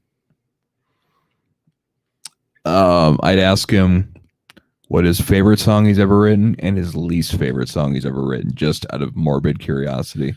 I saw something the other day that he was like maybe releasing his entire catalog of songs that he's recorded, like even the ones that he hasn't released, and there was supposed to be like thousands of songs. I think he already has. Oh, he already He did it last year at some point. Demos at least of stuff. Okay. Yeah. Like acoustic demos he's put out. And Oh, okay. Okay. I misunderstood. I thought this was just like full songs and shit that he'd recorded over the years that never got released. maybe. I can't remember. I have to look it up. I think he's been planning on a lot of stuff. Like Weezer is doing Van Weezer this spring. And then next year, they're going to release an album each season of the year. Like, not even fucking kidding. They're like going to release one for winter, fall, summer, and spring. Sure. And they're all going to be produced by the Jake Sinclair who produced their most recent orchestra album. And it's like, oh, I'm there for that if he's going to produce it. Okay. Because he's like been the one that's been like pushing Weezer forward, but also keeping them true to themselves. Sure. So like that's the best kind of producer you can have. It's like, okay, I would do this, but I also wouldn't do this. You got to sound like yourselves, but you can also, yeah.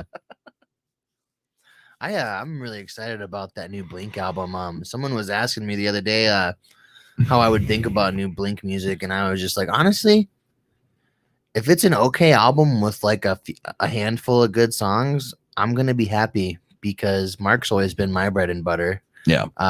Tom is like, he's like that best friend that, you know, you might not see him for a couple of years or something because he like moves away. Yeah. But like as soon as he comes back, it's like he never left. And then like with Matt Skiba being involved, Matt Skiba is like that cool uncle who smokes weed.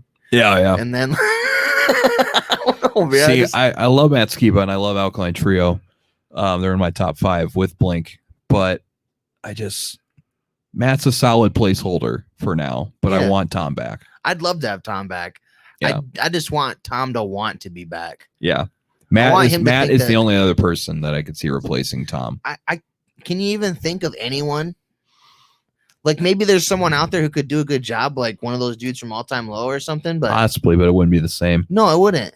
I couldn't think of anyone. Like obviously Matt Skiba has a very different voice than Tom, but Yeah. I feel like he's close enough to deliver the ambience of it. Yeah. I think the only anyone that could possibly replace Tom would be someone that has a similar punk background. Sure. Like it can't be the alt singer of All Time Low. It wouldn't fit because he's too much of a pretty boy for Blink-182. What's the dude from Phoenix TX doing right now? Like I don't know. Nothing. That was a good ass fucking band, and they just fell off. Yeah. And some awesome songs. Remember the Rooster song? I never listened to Phoenix TX. Okay, so Phoenix TX had this song. It was like called the Rooster song. It was like God, it was a parody song off of one of those. I think it was a parody song off a Good Charlotte song. It was like, I got a big cock. It's so damn big. I got a big cock. It even ate a pig. I got a big cock for your mouth. It had a dope ass. When I'm alone, all I can do is think of you. And all the reasons I can give you my big cock. That's basically the gist of the song. It's super funny. I dig it. Comedian that you just cannot fucking stand, like someone that everyone else just generally loves this person, but you just like fuck that guy. Bill Maher. Is it because he's a pretentious douche? Yeah, that's the only reason you need. He does say some funny things, but like I just feel like I just don't like him. You know, he always has this air about him that he's like thinks he's better than everyone. Or I've something. watched. Just like whenever he talks to people, he talks down like they're a child. Yeah. Just this condescending prick. It's like that's what, and I never thought he was funny. I just don't get it. You know. You heard it here. Good for you, Bill Maher, for making money, but fuck you. Yeah. From Zach Dresch. Yeah. Yeah, Bill Maher and Larry the Cable Guy. Top 2. Can't stand him. I don't know that I necessarily have anyone that I can't really stand. I just can't do the blue collar comedy guys. I liked Bill Engvall. Bill Engvall had his moments. And Ron White made me laugh a few times, but he wore out the quickest for me. Like Jeff Foxworthy wore out in the fucking 90s too, but yeah. I just can't do it. I don't know why. Jeff Foxworthy was like one of those first country musicians to do like a a live CD album, right? Yeah, and he was huge. Yeah. I can't remember. Maybe it was just called "You Might Be a Redneck" or something like that. I guess I don't hate Jeff Foxworthy, but it's just it just didn't do it for me. I don't know. Remember the Jeff Foxworthy show? Yeah. Nobody else does. Yeah. Oh, But you know that Frankie Muniz doesn't remember doing Malcolm in the Middle. Yeah, I heard about that. That's fucked up. We were like right in the middle of watching that show. Like Ava fucking loves it when that the Boss of Me song by They Might Be Giants. She loves that song. She's bouncing up and down. Yeah. Oh man. Speaking of that, one of my buddies that opened for me this weekend, he has a joke about Jeff Foxworthy doing niche hipster jokes. It was what was it? If you know a guy named Dr. Worm, you might be a giant. Dr. Worm is a They Might Be Giants song. Oh. If you got a birdhouse in your soul, you might be a giant. And I'm like, that's so fucking good. If you're a particle man. Yeah, he did that too. If you're a triangle man trying to fight with particle man, you might be a giant. And then there was silence. He goes, that's my portion of the set I like to call incredibly niche jokes for 0 members of the audience, except for Zach. Oh, here's a very fun question. Devin actually asked me to ask this question. Oh yeah. Did Epstein kill himself? No, I don't think he did either. I don't think he did. Some weird shit going on there. I watched one of those documentaries recently, and all the signs point to he did not. It's like he was going to air some shit out about a lot of people, and whoever did it to him wanted him to stop that from happening. Oh yeah. So I don't think he killed himself.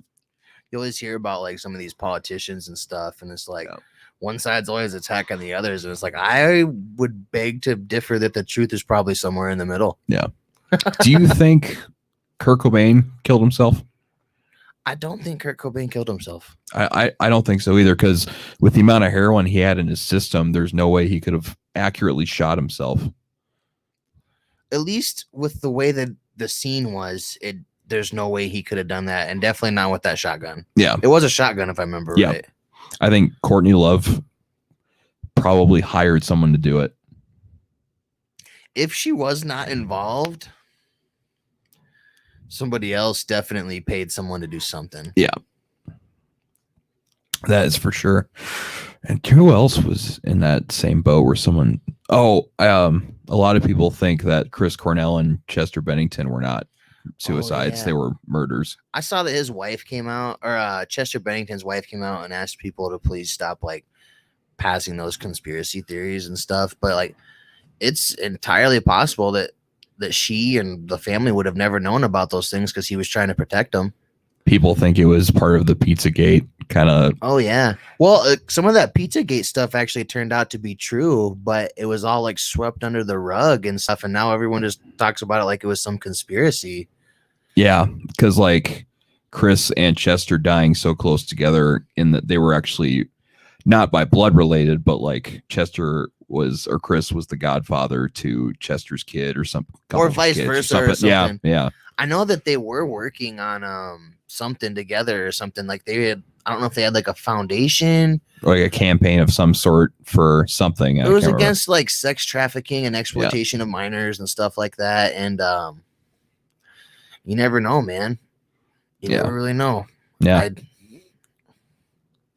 Either way, fucking sad to see two of the best rock singers of all time just go like that. 2017 was a crappy year for a lot of my favorite musicians passing away. 2015 through 2017, a lot of people that I admired died. Tom Petty. Chester, Chris Cornell. I love Scott Weiland. Oh, sure. A lot of people were kind of like, whatever, and then they freaked out when David Bowie and Prince died. But they're like, oh, no, fuck Scott Weiland. But Scott Weiland was like... I was a 90s kid, so that meant a lot to me. I didn't grow up listening to David Bowie. I kind of listened to Prince, but not a lot. Well, although I will admit now, but looking back on it, David Bowie's legacy has definitely grown since he passed away, for sure. So much. So much so, yeah. Did you ever listen to that last album he put out, The Black Star? Yeah. That song was really good. I Yeah. didn't listen to the whole album, but I heard it was really good. You have to be in a certain mood to listen to the album. It's great, don't get me wrong, but you have to be in a certain mood to listen to it. Most of his music was very atmospheric, almost. Yeah. Like you had to. You have You to be in had a to certain appreci- mood for it. Yeah, you had to appreciate it. Like, it wasn't just like casual listening, if you will. Maybe Yeah. some people find it that way. Like everyone's music's fires off a little bit different in their head, but Yeah. I liked it, but am I going to listen to it all the time recreationally? Probably not. But I still respect the hell out of David Bowie and Prince, but it just didn't hit me as hard like when Scott Weiland died. sure. Let's want to talk about Dave Chappelle again. Yeah. Chappelle's show is like one of the best shows of all time. Oh yeah. Quite arguably the greatest skit show of all time. Yeah. Although cut short. What's your favorite skit from Chappelle's show, or just a few of them? Oh, besides the Rick James and Prince Hollywood stories, I loved him playing video games with a dying kid. Nurse, get in here! Billy's getting his ass whooped. Should have left you dead, baby. That one's probably up there for me. Pick up your sticks. Yeah, that one is probably up there. Yeah, that one's really good.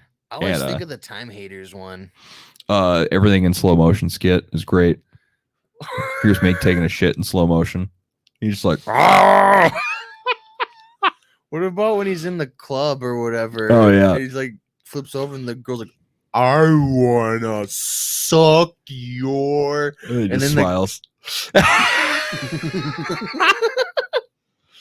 Does the backflip and catches Oh. the beer in his hand. Oh yeah, and I guess Wayne Brady, the real Wayne Brady skit Oh, was yeah. so good.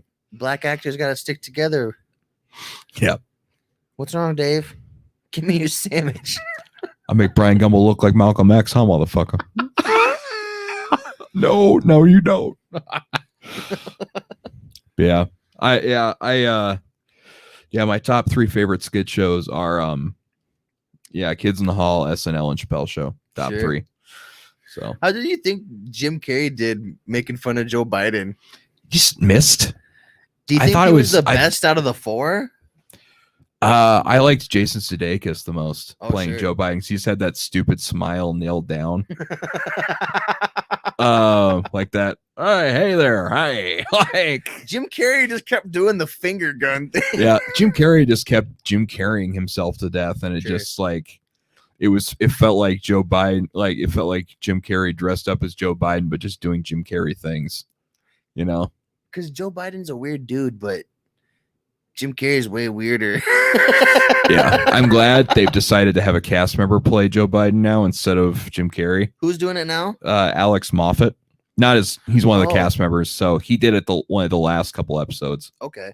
and I think that's probably for the best. I think it's smarter because it's like you got to let the cast shine. Sure. It's like the last few years they just let Alec Baldwin play Trump, and it's just like you should have let a cast member play that. You know, it's like by the time that Alec Baldwin, like even after his 4th or 5th appearance as Trump, the hype just went down. It just wasn't funny anymore. The one that I really liked was Kamala Harris. Oh yeah, Because when she came on, like there was that one after she got out of the primaries or whatever, and she come up holding a fucking drink in her hand. She's like, "You could have had a bad bitch."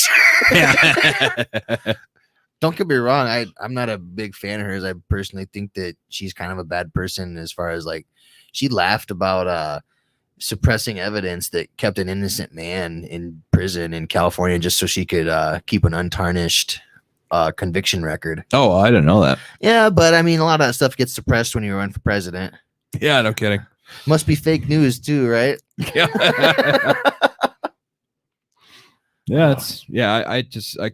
I'm glad that they're letting cast members play stuff more now. Yeah. But I mean, that's kind of the point of the show then, I mean, that's what these people are here to do. They got a job, and yeah, for sure. So Dave Chappelle's been doing some stand-up. He still kind of killing it, man. Yeah, that's People- awesome. People really enjoying it. Now everyone's asking about like when's Eddie Murphy gonna do stand-up, and I hope Eddie comes back, but I don't know if it's going to happen. Well, Kevin Hart was just talking about it the other day and said Eddie just not going to come back until he feels right doing it. Yeah. But someone was saying that like he got up and did like one little set in front of comedians or something like that. Yeah. Or something. And they said that he could be out there just selling stages out tomorrow. Yeah. I had heard that after his SNL appearance, he was going to tour in 2020. Obviously, COVID happened, so that didn't happen. But I had heard he was planning on doing something. But I could see him coming back. It's just a matter of when. Man, imagine him and Dave Chappelle doing a double headline tour. I could see that. Oh my god. You think that Dave Chappelle's the greatest comedian of all time? Or there's at least a good it's worth the debate? It's definitely worth the debate. As far as objectively greatest comedian of all time, he's up there. At least top 3. Sure. Who would you put up there with him? Damn. Ooh, that's a good question. I would put Steve Martin up there. Okay. For me personally, because I loved it. He basically destroyed stand-up comedy while being a stand-up comic. He would like make fun of the conventions of stand-up comedy while doing stand-up. It's just like normally I go up on stage and shows in Vegas and I'm always just like, hey, it's great to be here. But no, seriously, from the bottom of my heart, hey, it's great to be here. He goes, you'll have to give me a few moments. I'm waiting for the drugs to take effect. And just his approach to stand up was so good. I guess I'm not like very fluent in his comedic history. Yeah, everyone's so used to him being an actor, but his stand up in the 70s was so good. Well, I remember he did the King Tut skit for SNL. Yeah, that's something that I think about and then that movie The Jerk. Yeah, that stuff's great. But yeah, his stand up is fantastic. Steve Martin, Mitch Hedberg, and Chappelle are probably up there for me. John Mulaney, too, is in my top 5. Okay. But I will say, like, if you want to look at it objectively, I would put probably Chappelle at the top. But there's a lot of people that would say George Carlin or Richard Pryor or like Robin Williams, that kind of thing. It's kind of like one of those things on like any given day, any of those guys could fucking kill it. Yeah. However, I totally get all the influence, why people love them so much. It's just not my personal taste. I will say I prefer Robin Williams as a dramatic actor than a comedic actor. Sure. Well, I always remember you always used to say one of your big influences on comedy was Dimitri Martin, right? Oh yeah, totally. He's in my top 5. Yep. John Mulaney, Dimitri Martin. I used to like early Dane Cook. I'm not afraid to admit it. Sure. I mean, he made me laugh. Like, shoes? Fuck shoes. Yeah. Go in the room, go to a big party where all the coats are, go in that room, shit on the coats. And then someone's going to come out and go, someone shit on the coats. You just peel back into the crowd. What? Apparently his brother like stole a bunch of money from him and he had to like send him to prison or something Yeah. like that. Yeah. I heard about that. Like millions of dollars. Like I think it was like to the point that like his brother squandered like the gist of his like fortune and he had to like. That's why he stopped doing stand up for a while. I think he just couldn't do it. Oh, sure. And he came back. But yeah, for a while he just didn't do it. That's some crazy shit to me. Yeah. One last question, kind of more related to comedy itself. You have any advice for aspiring comedians? Yeah. For anyone that wants to start doing comedy, just write 5 minutes of what you think is really funny stuff and just try it out at an open mic. You know, my buddy Nate Holtz, who was an influence to me, said the only difference between a funny person and a comedian is a notebook. So straight up, just like put together 5 minutes of stuff you think is funny, go to an open mic, try it out, keep trying it out until you feel like you got the hang of it and you love doing it. I just loved going to open mics every night and networking and hanging out with people. That's why I like doing comedy. Just keep working at it. Sure. Each week and just see how you're doing. And the coming up with a new joke and then doing it on stage and it crushes. That's like crack to me. It's great. It's like when you keep doing the same old stuff, it gets boring and dull. Sure. But when you got new stuff and like it's crushing, it feels really good. It's like, yeah. That's awesome. It's cool to see like you've grown a lot over the years, because I feel like when we first started doing the aliens thing, you were kind of like in the middle of your. I was still growing pretty hard. Yeah. Like I was getting better, but I wasn't fully confident yet. Yeah. Yeah. Because I remember you used to try stuff out on us all the time at our long ass practices in Dylan's garage. Yeah. At this point now, whenever I come up with stuff, I just pass it through my girlfriend. I tell her, like, because she's a great critic of it. She's not like, she won't hide it. She'll just be like, I think you should shorten that bit up. Like cut that joke in half. And she's right. Like, when I try it on stage, quicker. Get to the point quicker. Brevity is key. And so I cut the joke in half and it kills on stage. It's just because it's shorter. That's awesome. I'm not overthinking it. I'm just doing the joke as it is. There you go. That's what it is. And it crushes. So she aspires. I don't think she aspires to be a stand-up comic, but she aspires to. She's an amazing artist. She's a beautiful painter and everything, and artist and illustrator. But she's a great writer, and she wants to help me write. And Sure. so that a lot of that stuff is someone to bounce ideas off of. Like sometimes it's better than bouncing ideas off the inside of your head, because like sometimes we can be our own worst critics and be like, that's fucking terrible, when realistically it might make someone cheese their fucking dick off. right. And I like doing writing sessions with the other comics, but we all have our own style, so it's hard to like bounce off ideas with each other and be like, oh, that's great. That How often does that kind of stuff happen? Oh, once in a while. I've never even heard of something like that. Some of us will meet up before open mics and just kind of see what we got and see what lands. Well, a lot of the time, my girlfriend is my reference point where it's like, do you think this will work? And she'd be like, I wouldn't do it. And like she looked at my headlining set, what I had in order, and she told me the jokes that if you had to cut something out, I'd cut this out, and I'd cut this out, and I'd cut this out. Like 3 or 4 bits out of like 50 or 60. And I cut those out, and the flow of the set went way better. So I was just like, this bit is going to drag it down. I won't put this in the set. Kind of kills the momentum a little bit. Yeah, I mean, not terrible, not like to a complete halt, but it's just going to slow it down. It wouldn't feel quite right. You ever fall on some old person on the road and they didn't turn their blinker on, so then they turn right at the last minute and you had to slow down a little bit? Oh, I hate that. Yeah. Fuckers. Yeah. Get the fuck off the road. But yeah, I've figured out how a flow of a set goes a lot better now too. So it's like, yeah, I did 50 minutes, but I had to probably cut 20 to a half hour out. Okay. So I could probably do over an hour at this point too. That'd be pretty awesome. So it feels good that I'm at that point where I can headline and tour, like feel comfortable. Dude, yeah. I mean, it's like it was like a work in progress for you there for a while. You had like goals and things you wanted to hit, and now you're there. By the time we started Aliens, my goal was to do a solid 20 or 30 minutes. Okay. And now it's like, oh, I can actually fill 50 minutes and feel good about it. Like that feels really good. And the Grony shirts absolutely help push too. Like I had to reorder yesterday. I reordered. Oh, really? Yeah. Like a lot of the comics I know struggle to reorder.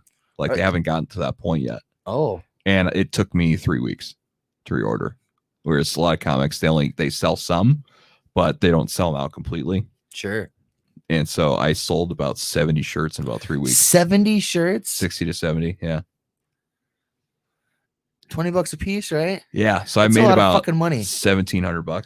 Holy shit. And I ordered about 60 to 70 more, because it's like, okay, that was the first batch of them. That's people were wanting them the most. And so now I have enough to sell at out of town shows, that kind of thing, because the charm has worn off a little bit on like, oh, it's new merch. That's exciting. When do the new shirts come in?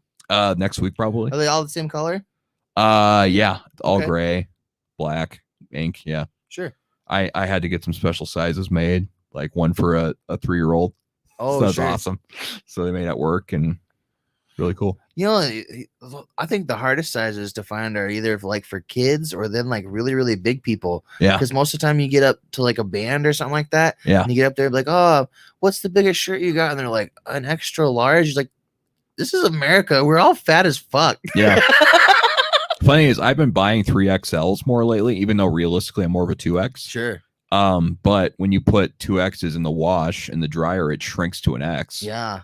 And so now it's like I get 3Xs. So if it does shrink a bit, it's comfortable to wear still. Right. That's why I get 3Xs now. I also get 3Xs for that reason. Yeah. It's like laundry always fucks it up. Right. Like, yeah. Fucking cotton and threads of all sorts and colors and shapes and sizes always shrinking in the fucking goddamn washer. Yep, exactly. I just bought a Weezer shirt today, 3XL on Amazon. So I'm like, oh, if that shrinks, it's at least it's gonna be 2X now. Put that one on the fucking wall. Fuck it. Yeah, exactly. But I hate that. I hate laundry and always shrinking it. That sucks. But I think if you put it in cold water, that helps. Cold water and then dry it, so it's not going to be as much like of an that issue. First time. Yeah. Sometimes air drying shirts sometimes helps too. Yeah, because it won't shrink, and yeah. Anything we didn't hit that you might want to talk about still? I don't think so. I think we covered everything. As far as I know, so comedy and music, all that shit, we covered it up. So. I try to keep it pretty open, you know what I mean? Like, yeah, keep totally. it free flowing, but like sometimes having the speedball subjects kind of helps things too. Yeah. How is music stuff going for you? You got like some people SPK doing stuff? Or? So SPK is semi-retired. Like right now we pretty much just don't have a drummer because me and Harley are gonna play guitar. It's gonna be more of like a thing where like we record songs and then see what happens. Just release them. Oh, sure. I wouldn't say that anybody's like against playing shows, but obviously COVID affects things and stuff too. And Forrest has his other band At the Altar, which is they're doing pretty good. They released several really good songs, really good quality audio recordings, and they're doing pretty good. I know they're playing some shows and coming up and stuff too. But I talked to like Forrest and Rusty because they're both in that band too. Right. Everyone said that they're willing to like record songs and stuff, but I mean, I don't know that we'll necessarily be like a performing band, maybe even ever again. Oh. But like, we at least want to keep writing music, releasing music for our fans and friends and stuff. Like, at least keep releasing music and just keep releasing bitchin' songs. We are waiting on one song to get back right now that we just had some drum fixes that we were waiting on, and then we'll probably shoot like a legitimate music video for that. I probably won't do this one. I'll probably actually pay someone to do this. Oh, sure.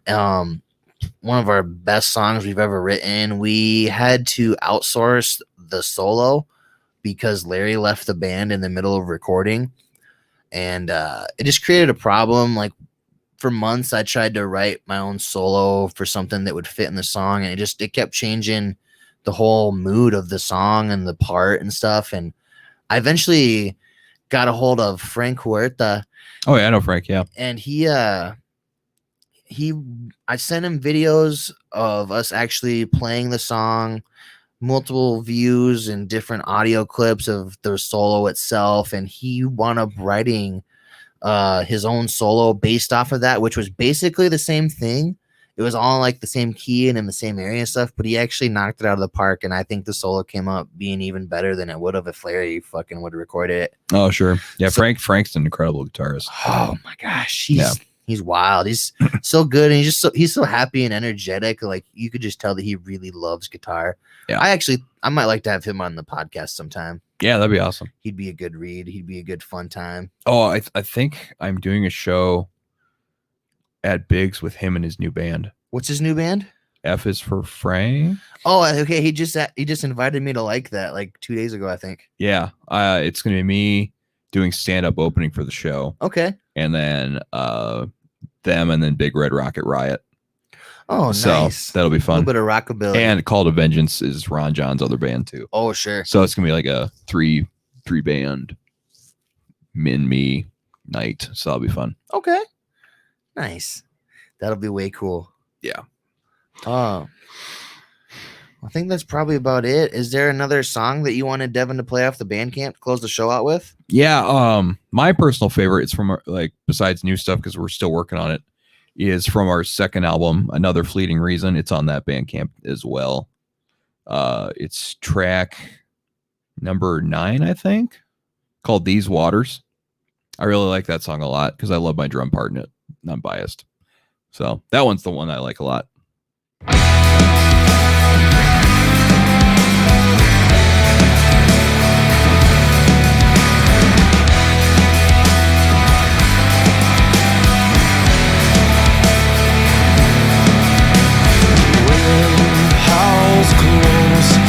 sounding familiar. The empty echo cries out my name. This feeling makes me feel at home here, and the ship sails on through the ever-raging seas. 'Cause these waters, they are unrelenting, for they leave us broken and cold as we sail on through these phases in our lives. We keep looking back to see the waves we made in our souls.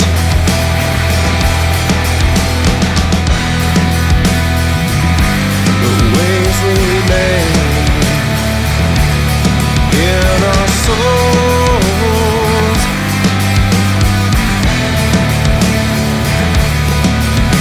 There is no slowing the wind in our sails. There is no telling when the storm will come. Oh, the only thing I can do is make sure that I get through and see the horizon in the fog. 'Cause these waters, they are unrelenting, for they leave us broken and cold as we sail on through these phases in our lives. We keep looking back to see the waves we made in our soul.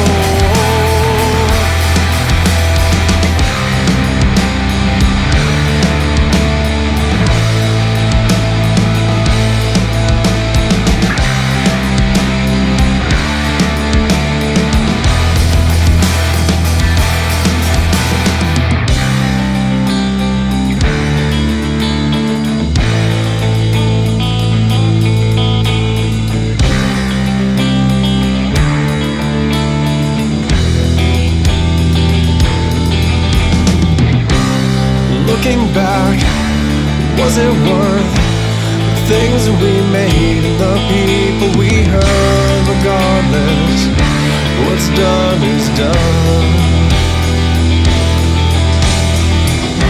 And looking back, was it worth the things that we made and the people we hurt? Regardless, what's done is done.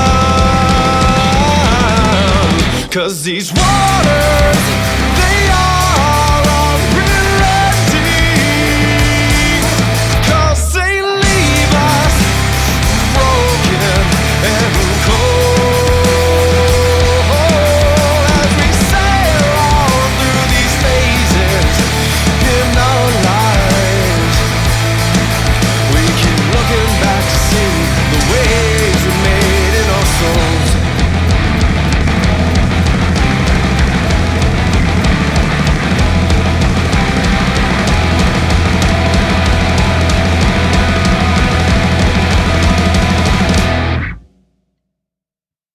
Yeah, I'm a huge fan of that drum outro. That was way cool. That was These Waters by the Disarmed off of their album Another Fleeting Reason. Hopefully you guys really enjoyed our second episode. I think we'll probably do the third episode a little sooner. Also, at some point, Zach might be a recurring contributor on the show with bringing you guys some groanies and stuff when periodically, and so that could be fun as well. Absolutely, yeah, that'd be awesome. Yeah, but I mean, thanks for being on. Yeah, thanks for having me on, man. It was awesome. Good to see you. Nice to have a little conversation, and yeah, it's been good to catch up.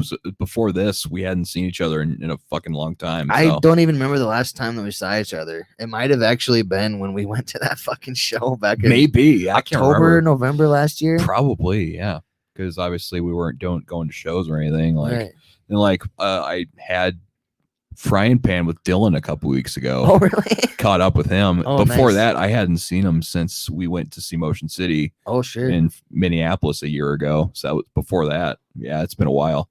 Yeah. Because like for a while, my entire life was just work, go home, and quarantine and do some comedy every once in a while. That was about it. Sure. I So- do feel like life changed for a lot of people, obviously, during quarantine. And Yeah. obviously, South Dakota wasn't like shut down, but there was a lot of things that were shut down. Yeah. And I think I'm definitely ready for life to get a little bit better.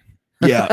I was pretty much at the end of last year determined to make 2021 a much better year. And in the last month, I've already exceeded a lot of my wildest dreams in the last month. It's like new job, selling out my own headlining show, Fuck yeah. getting merch. I've done a lot in the first month.